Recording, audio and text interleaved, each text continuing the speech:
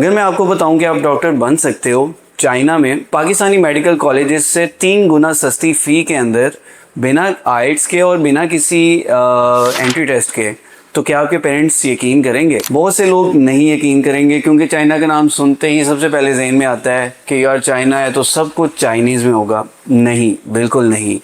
China में बहुत सारी यूनिवर्सिटीज़ इंग्लिश मीडियम के अंदर जो है वो MBBS ऑफ़र करती हैं और WHO से रिकग्नाइज्ड हैं और PMDC से भी अप्रूव्ड हैं, और बहुत सारे पाकिस्तानी स्टूडेंट्स अभी भी टिल नाउ वहाँ से अपनी MBBS जो है वो कंप्लीट कर रहे हैं और डॉक्टर बन रहे हैं। आज की इस वीडियो में मैं आपको MBBS इन चाइना के बारे में कंप्लीट डिटेल बताने जा रहा हूँ टिल एंड। तो ये वीडियो आपने लास्ट तक ज़रूर देखनी है क्योंकि इस वीडियो के अंदर मैं ना सिर्फ एलिजिबिलिटी रिक्वायरमेंट डिस्कस करूँगा बल्कि फ़ी का भी बताऊँगा, डॉक्यूमेंट रिक्वायरमेंट का भी बताऊँगा, इसमें आपकी डॉक्यूमेंट अटेस्टेशन किस किस तरीके से होनी है वो भी बताऊँगा, और हम लोग अपने स्टूडेंट्स को क्या ऑफ़र करते हैं वो भी मैं बताऊंगा। तो अभी तक अगर आपने हमारा चैनल सब्सक्राइब नहीं किया तो अभी जाके सब्सक्राइब कर लें क्योंकि हम इसी तरह की इंफॉर्मेटिव वीडियोस आपके लिए लाते रहते हैं। तो चलिए शुरू करते हैं। अच्छा, सबसे पहले समझते हैं कि चाइना क्यों। यार इससे ज़्यादा सूटेबल ऑप्शन मेरा नहीं ख्याल MBBS के लिए शायद हो कोई।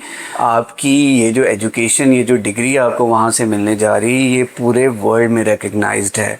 ये WHO से रिकग्नाइज, PMDC से रिकग्नाइज, PLAB से रिकग्नाइज। आप कहीं पे भी दुनिया में जाके आगे फर्दर अपनी जो हाउस जॉब है या फिर प्रैक्टिस है वो इजीली कर सकते हैं इस डिग्री की बेस के ऊपर। इसके अलावा ना ही आइल्स चाहिए और ना ही आपको चाइनीज़ लैंग्वेज की रिक्वायरमेंट है एडमिशन के लिए।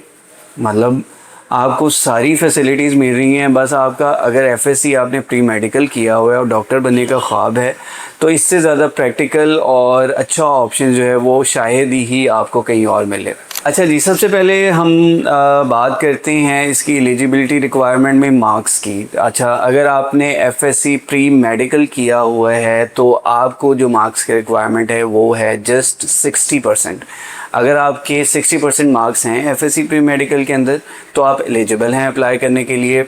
ऑन एवरेज बहुत सारी यूनिवर्सिटी 60% पे ले लेती हैं, लेकिन कुछ कुछ ऐसी यूनिवर्सिटीज़ हैं जो 70% पे भी एक्सेप्ट करती हैं। अच्छा, दूसरी चीज़ बड़ी इंपॉर्टेंट है जानना कि आपकी एज लिमिट यहाँ पे बड़ी मैटर करती है। अगर आपने FSC प्री मेडिकल किया हुआ है, आप ये चीज़ अपने जहन में बिठा लें, आपकी एज जो है वो 25 ईयर्स से कम होनी चाहिए। गैप का कोई मसला नहीं है, एज आपकी 25 ईयर्स से कम होनी चाहिए, तभी आप एलिजिबल होते हैं एडमिशन के लिए।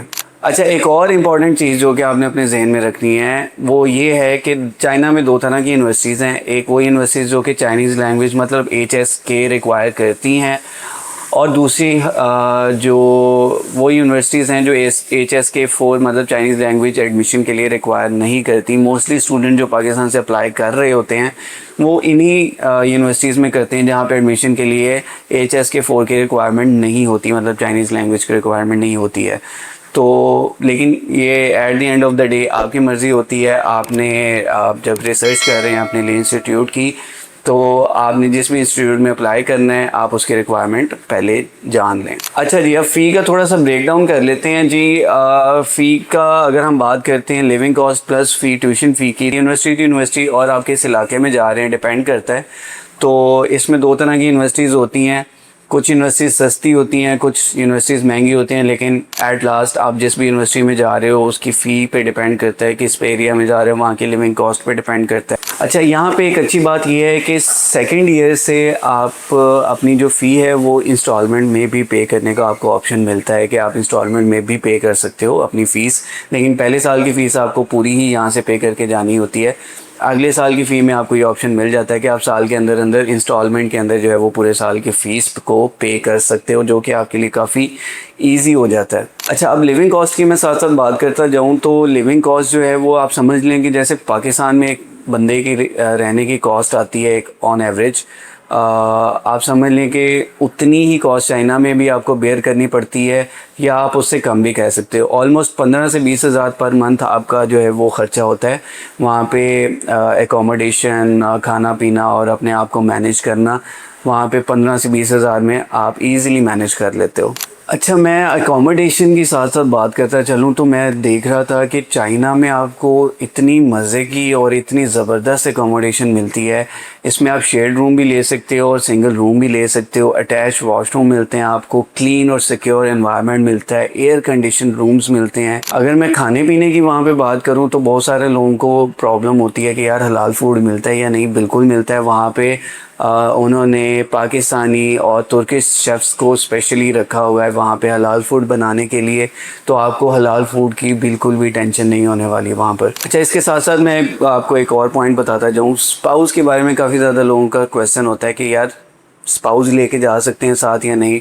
तो आपको बिल्कुल भी स्पाउस अलाउड नहीं होते ड्यूरिंग स्टडीज़। हाँ, अगर छुट्टियाँ हैं तो कई दफ़ा आपको ये ऑप्शन मिल जाता है कि आप छुट्टियों के अंदर अपने स्पाउस को बुला सकते हो इफ़ यू आर मैरिड।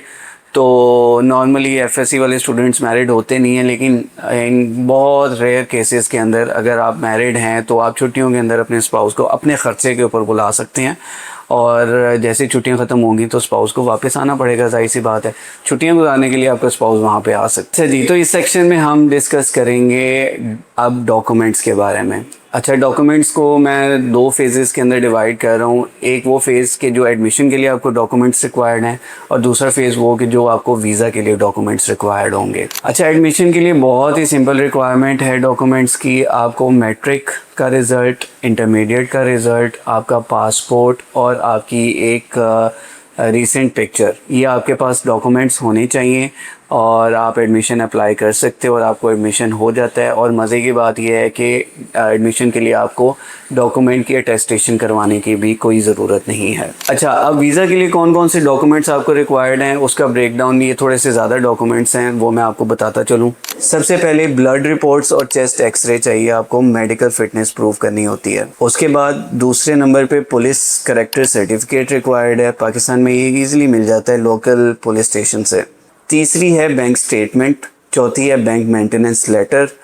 पांचवी है फैमिली रजिस्ट्रेशन सर्टिफिकेट। तो ये सारे आपको डॉक्यूमेंट्स रिक्वायर्ड हैं वीज़ा एप्लीकेशन के दौरान। अच्छा जी, अब वन ऑफ द मेजर और मेन पॉइंट जो कि कंसर्न होता है काफ़ी ज़्यादा स्टूडेंट्स का, वो है बैंक स्टेटमेंट। जी, बैंक स्टेटमेंट कितनी चाहिए, कितनी ड्यूरेशन के लिए चाहिए और इसमें क्या रिक्वायरमेंट है। बैंक स्टेटमेंट में अगर मैं बताता चलूँ आपको 45 लाख की बैंक स्टेटमेंट चाहिए होती है।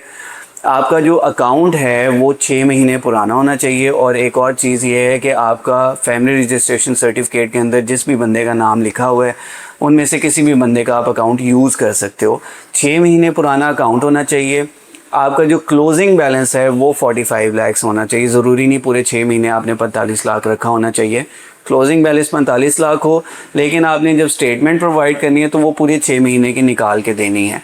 इसके साथ साथ आपका बैंक मेंटेनेंस लेटर भी होना चाहिए साथ। अब मैं बात करता हूँ जी अटेस्टेशन प्रोसेस की। अटेस्टेशन प्रोसेस किस तरह से आपने मैनेज करना है अपना, ये 3 स्टेप्स के अंदर होगा। स्टेप 1 है जी IBCC से अटेस्टेशन। मैट्रिक और FSC रिज़ल्ट की ये पहला स्टेप है। स्टेप 2 है जी आपने मिनिस्ट्री ऑफ फॉरेन अफेयर्स से अटेस्टेशन करवानी है। आपके जो IBCC से अटेस्टेड डॉक्यूमेंट्स हैं उसके अलावा साथ आपने बैंक स्टेटमेंट अटैच करनी है, बैंक मेंटेनेंस लेटर अटैच करना है, फैमिली रजिस्ट्रेशन सर्टिफिकेट और पुलिस सर्टिफिकेट, ये सारा कुछ अटैच करके मिनिस्ट्री ऑफ फॉरेन अफेयर्स से टेस्ट करवाना है। स्टेप 3 है आपका अपोस्टाइल का। Bank statement, bank maintenance letter, family registration certificate और पुलिस सर्टिफिकेट, आपने इनको अपोस्टाइल भी करवाना होता है। अब अटेस्टेशन का प्रोसेस थोड़ा सा टाइम टेकिंग होता है, लेकिन अगर आप टाइमली स्टार्ट कर दो तो अटेस्टेशन कोई मुश्किल काम नहीं है। अच्छा, अब वीज़ा रेशो कितना है, क्या पाकिस्तानी स्टूडेंट जा सकते हैं इजीली? बिल्कुल, चाइना का वीज़ा रेशो पाकिस्तानी स्टूडेंट्स के लिए ऑलमोस्ट 100%, 110% है। अगर आपके डॉक्यूमेंट्स सही हैं, आप प्रॉपरली आपके समझ लें अटेस्टेड डॉक्यूमेंट्स हैं, बैंक स्टेटमेंट आपकी ओके है, तो आपका 110% वीज़ा कंफर्म्ड है चाइना के लिए। तो ये बात सुन के आई थिंक काफ़ी ज़्यादा लोगों के ज़हन जो है वो काफ़ी हल्के हो गए होंगे। अच्छा जी, कंक्लूडिंग द वीडियो, अब इस सेक्शन के अंदर मैं आपको बताने जा रहा हूँ कि अगर आप हम लोगों से प्रोसीजर करवाते हैं तो हम लोग स्टूडेंट्स को क्या फ़ैसिलिटीज़ ऑफ़र करते हैं। मैं जानता हूँ कि चाइना आप जा रहे हैं, आप जाहिर सी बात है, न्यू कंट्री है, न्यू लोगों से आपने मिलना है, न्यू इंटरेक्शंस हैं, तो आप अकेले अकेले फ़ील करते हो। लेकिन आपने टेंशन नहीं लेनी, हमारा बहुत अच्छा नेटवर्क चाइना में ऑलरेडी मौजूद है।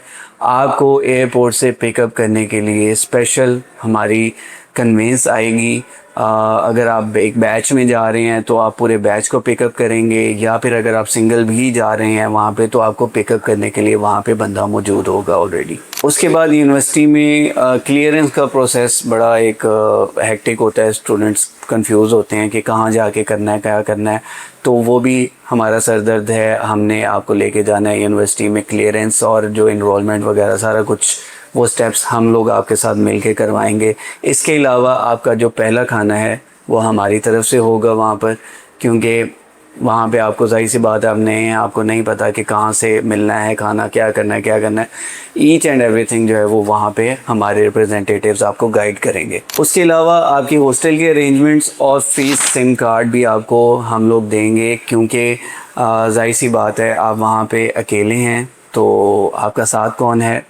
NX consultants. हम सिर्फ कंसल्टेंसी या एडमिशन तक ही महदूद नहीं हैं, हम पूरा स्टूडेंट को सपोर्ट करने के लिए पूरा सपोर्ट सिस्टम लेकर बैठे हुए हैं। आई होप सो कि आपको ये वीडियो बहुत इंफॉर्मेटिव लगी होगी और अब आपको MBBS इन चाइना के बारे में काफ़ी हद तक बहुत सारी डिटेल्स मिल गई होंगी और आपका माइंड काफ़ी हद तक क्लियर हो गया होगा। लेकिन अभी भी आप थोड़ा सा अगर कंफ्यूज हैं, थोड़ा सा भी कंफ्यूज हैं, तो नीचे दिए गए नंबर्स के ऊपर हमारे एक्सपर्ट काउंसलर से रब्ता करें। हम आपको स्टार्टिंग टिल एंड सारा गाइड करेंगे और अगर आपका ज़हन बने तो आप अपना एडमिशन प्रोसेस भी as soon as possible start करवा सकते हैं। So don't forget to like this video, comment, अपने कीमती कमेंट्स और कोई कीमती राय से हमें आगाह करना मत भूलिएगा और इस वीडियो को शेयर करना अपने दोस्तों के साथ मत भूलिएगा। अल्लाह हाफिज़।